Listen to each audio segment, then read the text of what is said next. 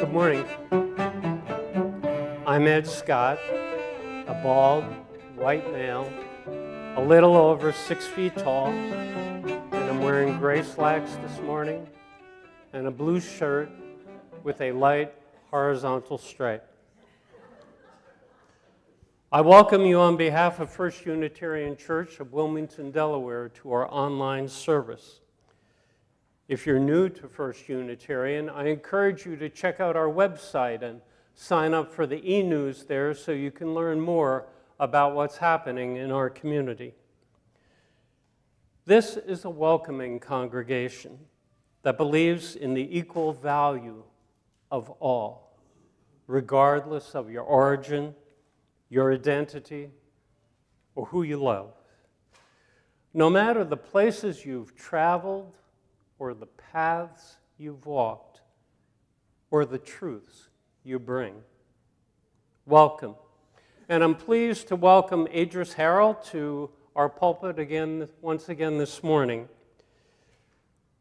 A brief announcement that the Centering Sundays will meet at noon today in room 25 upstairs. And, excuse me, I thought I turned this off. I better take this. It's Reverend Larry.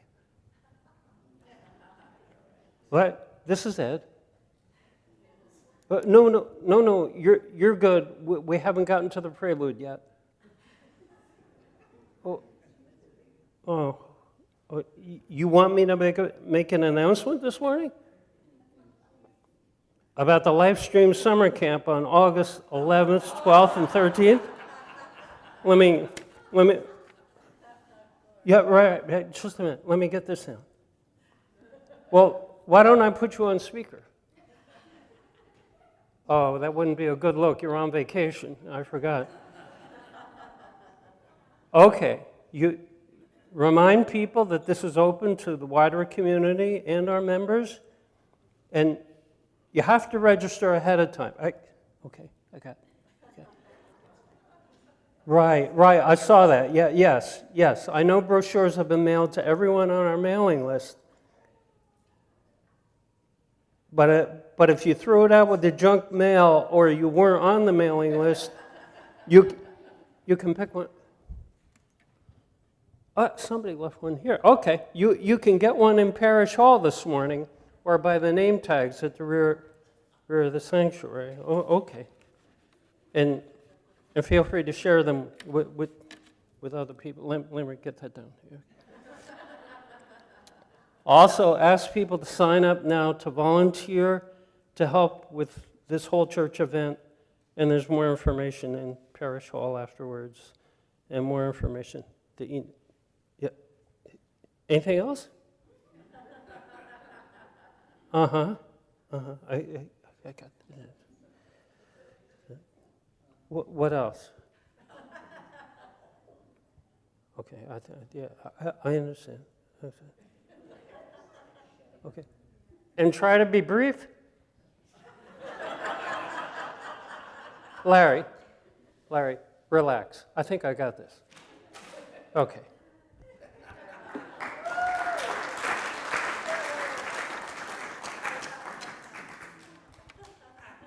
Now, take a deep breath, center, and let's prepare our whole selves for our time together in worship this morning.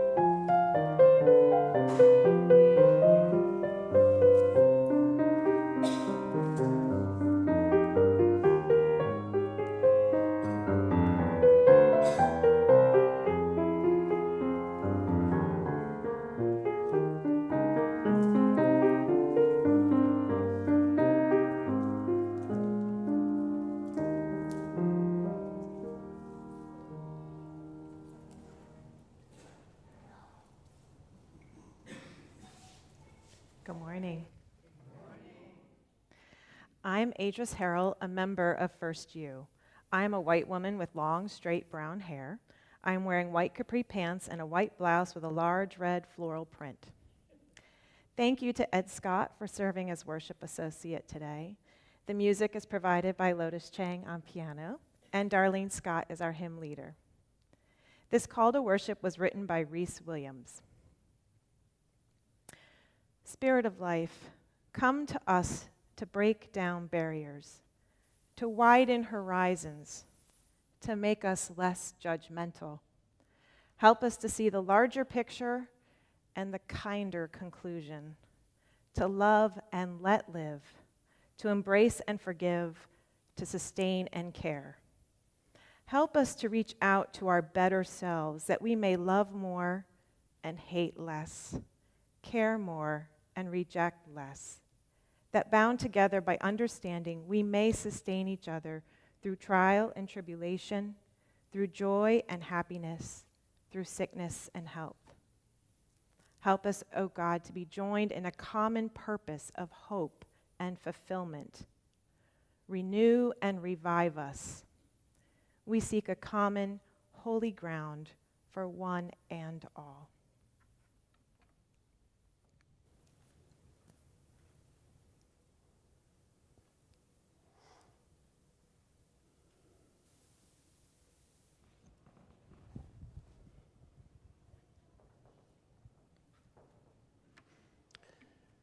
If you have a chalice at home, I encourage you to join us in the ritual of lighting the chalice. And as we light the chalice this morning, let it serve as a reminder that we are called to build that beloved community, a beloved inclusive community where all are embraced and all are loved. By our circle of commitment, we rise together, and love will surely lead the way. Please rise in body or in spirit for the singing of hymn 1053 and remain standing afterwards for our unison affirmation.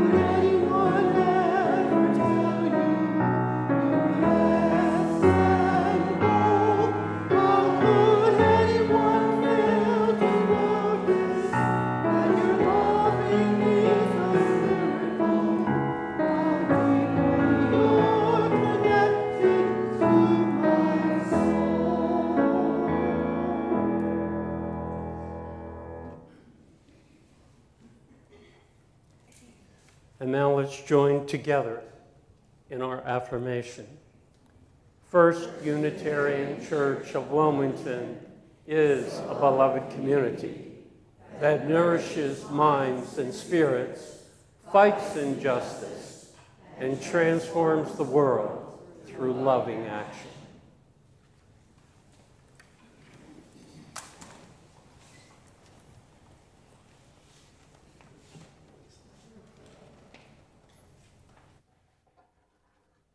You'll see why I'm here in just a second.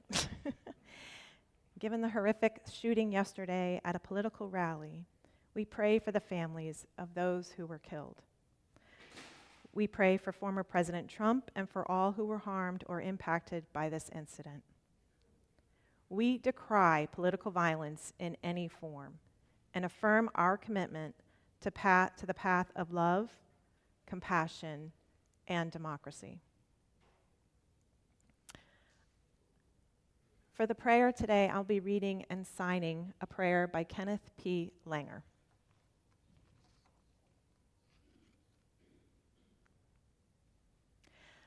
Let us take this time together to be open to forgiveness and be forgiven. Let us be open to diversity and be accepted. Let us be open to expression and be understood. Let us be open to compassion and be loved. Let us be open to awareness and be known. Let us be open to sharing, to exchange, to possibility, to awakening, and be hopeful. Let us be open to gratitude and be blessed. We will now have a moment of silence.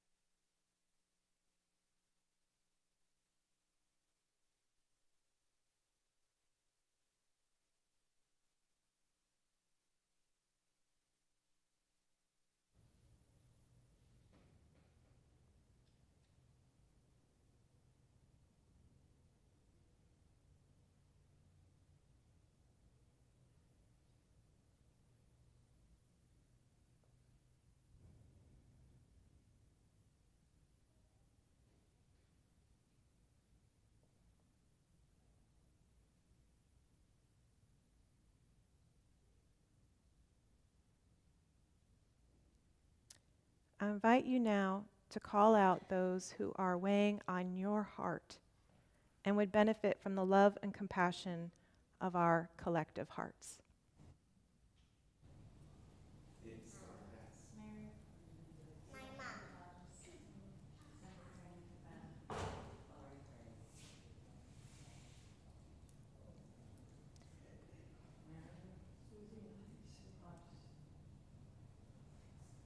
May all whose names were spoken and those unspoken find peace and healing this day.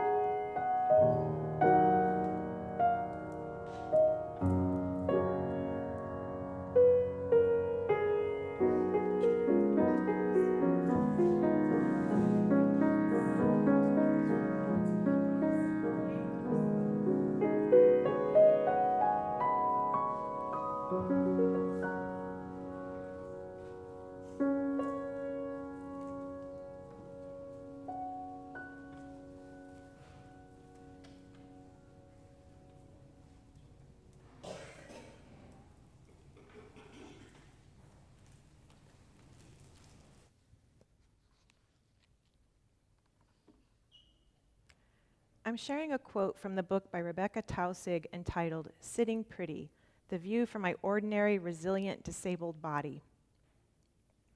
When I was small and just learning how to do life in my body, I didn't hesitate, didn't hold back, didn't worry how it would look, didn't look for cues or ask for a line. My imagination ruled. I was entirely free to be, driven by the innovation my body inspired. This is the wild emancipation I wish for all of us, a world where we are all free to be, to move, to exist in our bodies without shame. A world that isn't interested in making all of its humans operate in the exact same way. A world that instead strives to invite more, include more, imagine more. That world sees the humans existing on the margins and says, you have what we want. What barriers can we remove so we can have you around? What do you need? How can we make that happen?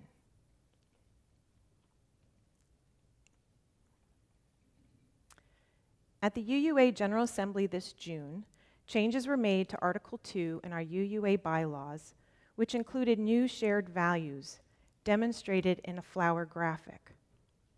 Love is at the center, depicted over a chalice, and around the chalice the values are listed as petals, each petal outlined by the different colors of the rainbow: interdependence, equity, transformation, pluralism, generosity, and justice. The definition of equity in Article 2 is, we declare that every person is inherently worthy and has the right to flourish with dignity, love, and compassion. We covenant to use our time, wisdom, attention, and money to build and sustain fully accessible and inclusive communities.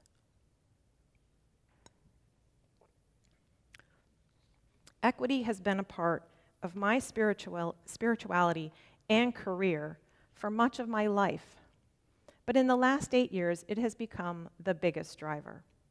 I wanted to share with you today why and how equity has become such an important part of my life, and how our church might further embody the value of equity. But to start at the beginning, I grew up as a white girl in a town that was almost entirely white. My mother is half Filipina, and she would tell my brother and me stories about the racism she and her family experienced while growing up in Chicago. It was heartbreaking, for example, to hear when she was a young woman, men were not allowed by their parents to have a serious relationship with her. But in the small town in Connecticut where I grew up, she was a valued member of the community. I did not witness racism toward my mom until I was an adult and we traveled through rural Pennsylvania. I do not recall recognizing incidents of racism as a child, so although I saw racism as an important problem, it was something that happened afar or in the past. When I was a high school senior, I went through a bit of an existential crisis as I questioned my childhood Protestant religion. And I determined that there was no grand plan or purpose for us being here on earth. And I remember lying in a hammock on our deck in the woods of Connecticut, questioning my choices for after high school and what I should do with this arbitrary, random life. If there was no purpose in life, then I had to create my own purpose. And I decided that my purpose was to improve the lives of those who are suffering from poverty, violence, or war. Admittedly, this was formed as a naive white savior complex with a sense that the others could not do it for themselves. I went to college, and there's a reason some people call those years the formative years in one's life. In college, I lived on the same floor with people from different backgrounds, social class, countries, and religions, including Muslim women from the Middle East. Because of that, I became very involved in anti-war demonstrations in Boston opposing the first Iraq War. Some of you might remember that. In college, for the first time, I was among people who were open in expressing their sexuality. And one summer, I worked at an overnight camp for adults with intellectual disabilities. These experiences resulted in a few things. One, I pulled away from the Protestant church I grew up in, because I loved my gay, Jewish, Muslim, and Buddhist friends, and I could not imagine a loving God feeling differently about all his children on earth. 2, I learned that white Americans are often unaware of many factors and issues that play out in different parts of the world, including within our own country. And so we often need to step back and let someone else lead. 3rd, I experienced wisdom, grace, and connection with people who were considered to be less than me. Fast forward through graduate school to working as a bilingual school psychologist. School psychologists are responsible for evaluating students to determine if they qualify for special education services and providing recommendations for the child's education program. A big bulk of my career has been working to reduce the number of Latina students being labeled as having a learning disability or intellectual impairment, which is often the result of confusing a student's lack of English proficiency for a disability. My frame of attack was primarily from a linguistic perspective, as well as the cultural differences between the school and the students' families. But racism still felt afar to me, like it did when I was a child. I could see the systemic racism, such as school funding and a higher percentage of black students being suspended, but racism was not something I saw happening in my personal world. In my mind, I was working towards equity, but racism felt like something that was beyond my reach. It was not until Trump's presidency when my eyes were open to the proximity of racism occurring around me. For one, people felt more comfortable saying racist statements out loud, like a staff person at a school who told the elementary Latina students after Trump was elected that they would be leaving the country soon. But mainstream and social media began to amplify the voices of people of color, and they taught the different ways people are racist. I attended the workshops and discussions that our church held on racism and white privilege. I started recognizing the racism around me and in me, with stereotypes that I had learned while growing up in a white culture. I took to heart something Brian Stevenson said. He is the founder and director of the Equal Justice Initiative and author of the book Just Mercy. Stevenson said, quote, "We can't change the world unless we do things that are uncomfortable and inconvenient. Sometimes you need to position yourself in uncomfortable situations to see the truth, to see things for what they are." One of his recommendations is to get proximate to those who are different from you. I began working more closely with colleagues of color and became more open to listening. And as I did, I witnessed racist incidents and how it emotionally affected my colleagues and impacted their work environment. I also saw how some incidents would not be characterized as racist, but the tone with which a person treated my colleagues of color was significantly different than how that same person treated me, despite my colleagues and I being in similar roles. I learned how to recognize the racism. But confronting it for someone who wants to avoid conflict is one of the uncomfortable things for me that Stevenson spoke about. As a white, cis, heterosexual, able-bodied woman, it costs me less to speak up than it does for someone who is in a marginalized group. I have seen this, as when I advocated for work, I was speaking up. But when colleagues of color spoke up, they were described as disrespectful, complaining, or having hurt feelings. In my work towards racial equity, I have made mistakes because I had not yet learned enough about the stress and trauma of racism. As part of a lead team at work, I tried to address the attrition of staff of color. But in a staff meeting, we put the discussion of the problem at the end of the agenda and ran out of time, making our colleagues of color feel dismissed, and then even more alienated as we stumbled in trying to rectify our error. Our good intentions were erased by our ignorance, and we created more damage. It was a lesson on the importance of prioritizing impact over attention. But to do that, we must understand the impact. For example, there are many white people who have made the decision to stand behind the statement, Black Lives Matter, yet they unknowingly make microaggressions to people of color. A microaggression is an indirect or unintentional discrimination against a marginalized group. Some examples are touching a Black woman's hair, or telling someone who is Filipino that they look just like another Filipino person you happen to know. A microaggression related to sexuality might be to assume that someone is heterosexual, like asking a woman if she has a husband. An example related to disability would be to tell a person that they are inspiring or that they do not look like they're autistic. Those are not bad things on the face of it, but to someone who is on the receiving end of those statements or actions repeatedly, it is a reminder that the person speaking does not understand the daily frustrations and discrimination they face. Learning the many different microaggressions that people can make is something that I continue to learn because there are so many. I want my actions to make someone feel included, not othered. As I struggled in my work for racial equity, I realized I needed to learn how to do it better.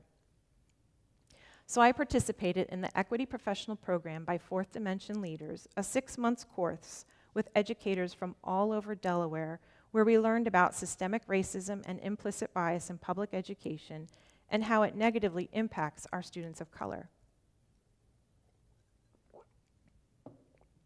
I also participate in a book club with colleagues that focuses on anti-racist books.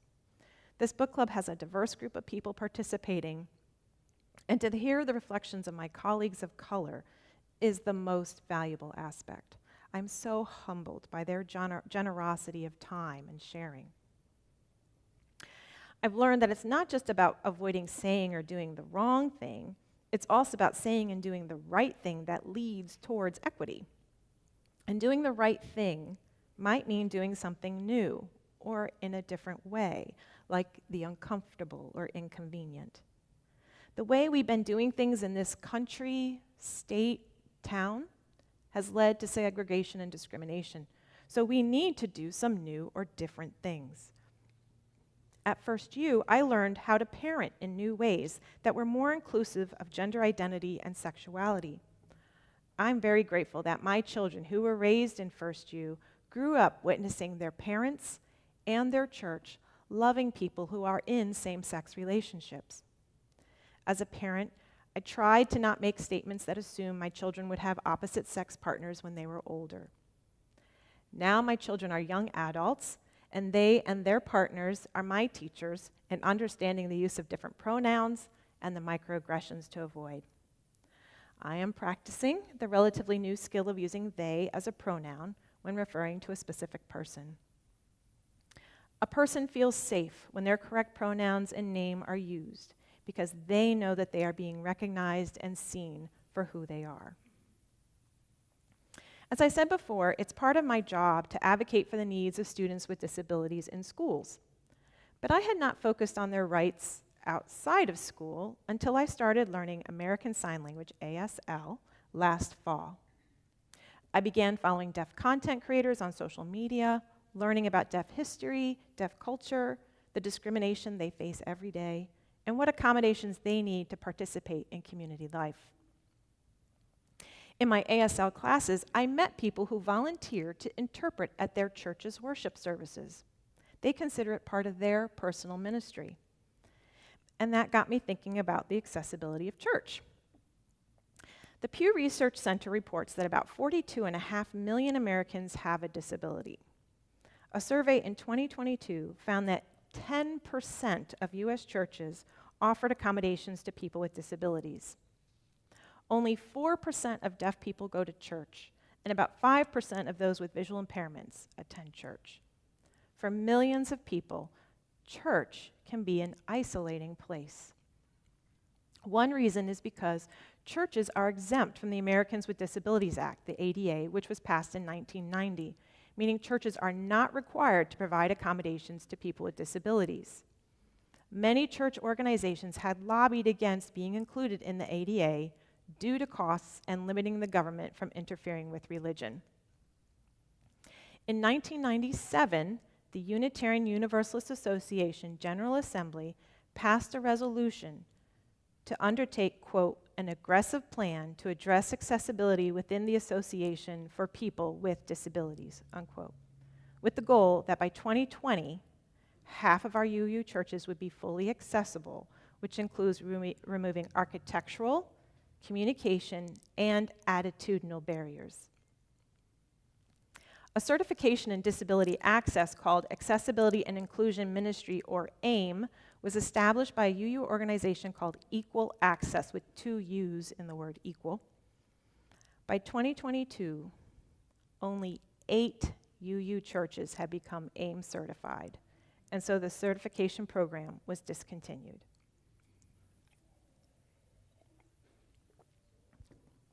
Amanda Schuber, a UUA Disability Justice Associate, wrote, quote, in both the political and medical model, the problem lies in the individual. But what if? What if we were to start to see the experience of being disabled as an impairment within society at large, highlighted by our unwillingness to adjust our infrastructure and our understanding so that those with disabilities are not only granted access, but are fully recognized as valued parts of our global community? How different would our world look and feel with an understanding that a person's functioning is not the issue, but rather our society's lack of accommodation and inclusion is the true disability? For me, this brings to mind the history of Martha's Vineyard. In the 17 and 1800s, there was a higher percentage of deaf people in Martha's Vineyard, due in part to the isolation of the island. On the mainland, the deaf-to-hearing ratio was 1 in 5,730. On the island, the town of Chilmark had a deaf-to-hearing ratio of 1 in 25, and the town of Tisbury had a ratio of 1 in 49. As a result, for about 200 years, the deaf were integrated into the community, owning businesses and participating in church and government affairs, with the hearing and deaf population both communicating in a sign language that became known as Martha's Vineyard Sign Language. It's been said that sometimes people did not know who was deaf or hearing, and that hearing people would sign with each other. As transportation improved, the island became less isolated, the percentage of deaf people decreased, and Martha's Vineyard Sign Language was lost, as was access for the deaf to the community. Deaf advocates point out that if American Sign Language was taught in all our schools, the deaf would again have full access to participating in community life. A few years ago, First U made some big strides in making our building more physically accessible by putting in a lift, transforming a set of stairs into a ramp, and making our front doors automated, as just some examples. I am so grateful for those First U members who put their time and energy into making those changes happen. For many years, we have provided headphones to amplify the sound during worship for those who are hard of hearing. And we've been a nut-free building for a long time for those with nut allergies. But are we accessible to everyone? If you recall, the UUA General Assembly urged our churches to remove architectural, communication, and attitudinal barriers to create more inclusive churches for those with disabilities. But I think we can look at those 3 things when thinking of all marginalized groups. Sure, architecture may be important to some groups, while our communication and attitudes may be more important to others. I've learned that there are some big and little changes needed to make our church communications accessible to everyone, particularly with those who have hearing or visual impairments.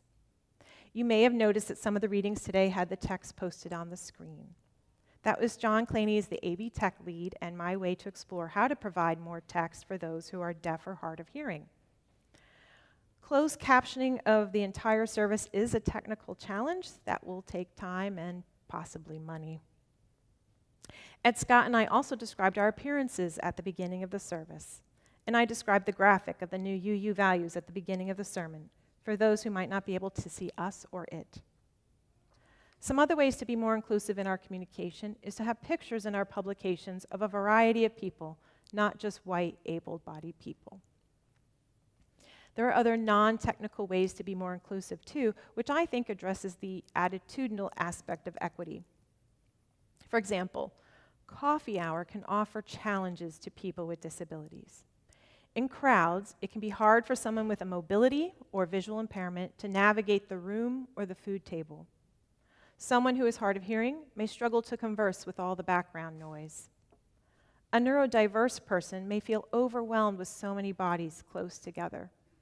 These issues keep some people on the literal margins of coffee hour.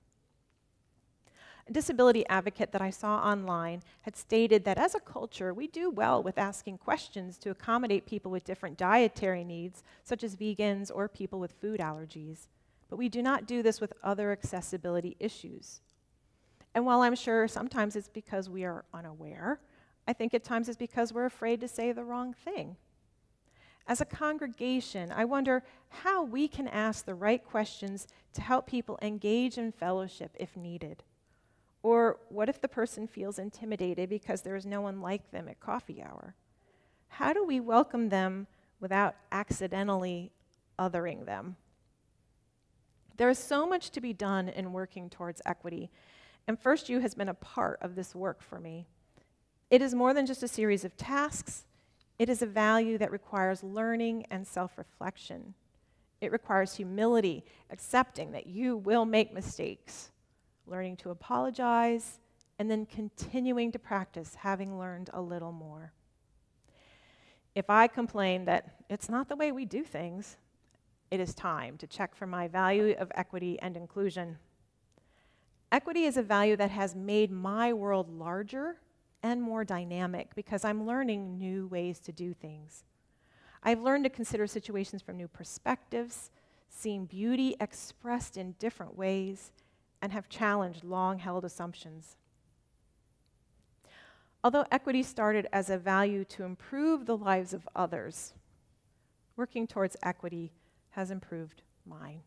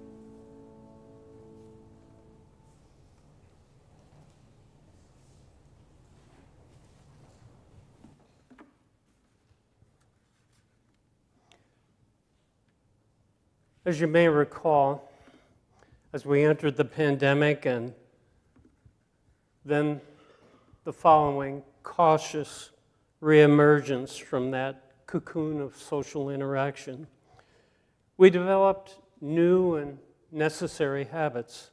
Concerns for health and safety prompted us to alter long-established habits and traditions, and our stewardship offering was no exception. We developed different and efficient ways for congregants to give, as regularly displayed on the screen each Sunday. And yes, we can even now use a QR code, which I had to look up how did something become called a QR? It simply stands for quick response. I'm glad that as of this month, we have reinstituted the old tradition of passing an offering basket. And I would ask the ushers to come forward at this time. For me and many of us, even though we may pledge through other means and technology, the physical act of giving in worship is still an important part of our spirituality.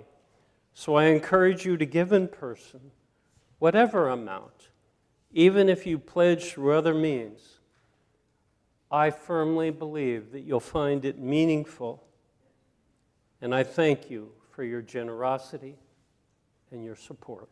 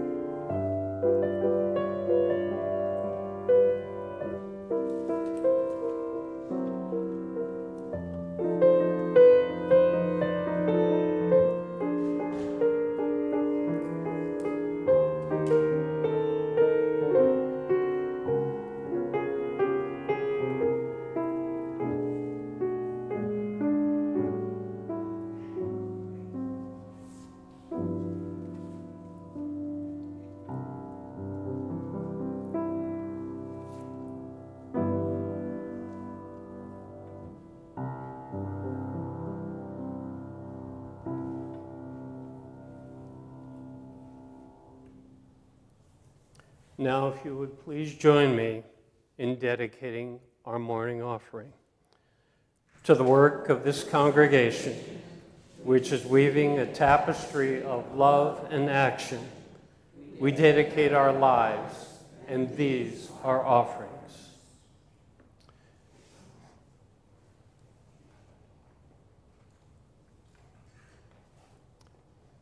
We extinguish the chalice, but not the commitment to uplift others, to open our minds to the needs of others. The lasting flame of our chalice and the circle of this community are signals to all that othering and hate have no license here.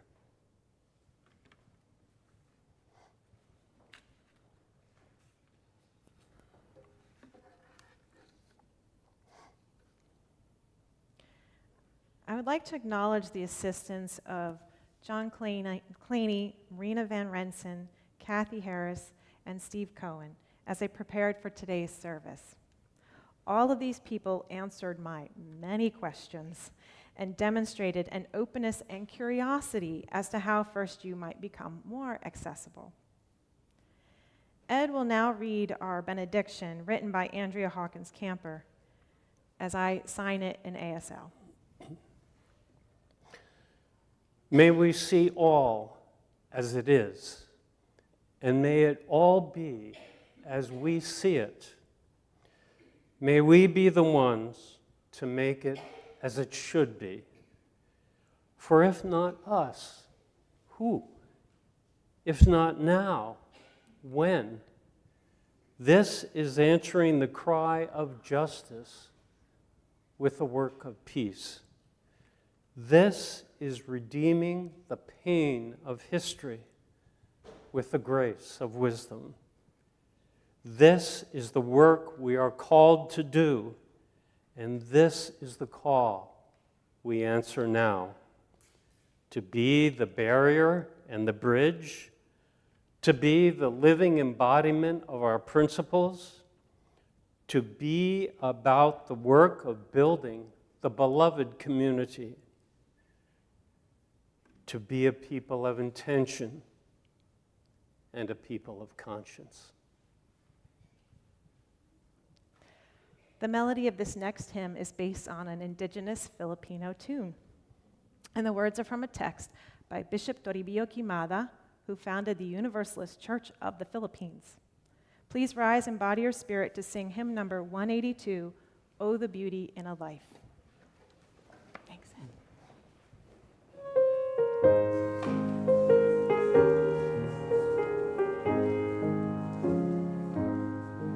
Oh, the beauty in a life that illumines honor and mood, that models wise and gracious ways to every seed, that every day the